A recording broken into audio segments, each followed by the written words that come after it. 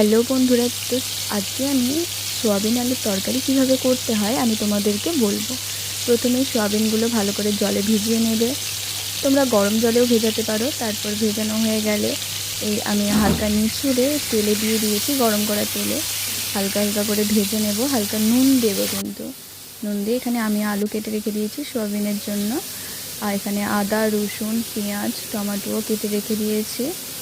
তো দেখো এখানে সয়াবিনগুলো ভাজা হয়ে গেছে, তুলে নিয়েছি। এরপর আমি আলুটা ভেজে নিচ্ছি। আলুটা ভালো করে ভাজা হয়ে যাবে লাল লাল করে। তারপর আমি এখানে আদা রসুনও বেটে রেখে দিয়েছি। দেখো এখানে আমাদের আলুও ভাজা হয়ে গেছে। তো তারপর আমি কড়াই আবার একটুখানি তেল দিয়ে দিয়েছি। এখানে একটা তেজপাতা ছিঁড়ে দিয়ে দিয়েছি। ভালো করে তেজপাতাটা যখন ভাজা হয়ে যাবে তখন আমি জিরে বেটে রেখেছিলাম, জিরেটা দিয়ে দেবো, বাটা জিরে। এখানে আদা রসুন দিয়ে দিয়েছি, পেঁয়াজ দিয়ে ভালো করে নেড়ে নেবো। এরপর টমেটো দিয়ে দেবো, টমেটো দিয়ে ভালো করে নেড়ে নেব। হালকা নুন হলুদ দিয়ে ভালো করে আবার নেড়ে নেব, যাতে মশলার কাঁচা গন্ধটা না থাকে। দেখো নেড়ে নিয়েছি, মশলা থেকে তেলও ছেড়ে দিয়েছে। এরপর আমরা সোয়াবিন আর আলুটা দিয়ে দেবো কোনাতে ভালো করে। তারপর একটু নেড়ে এবার জল ঢেলে দেবো। তো চলো।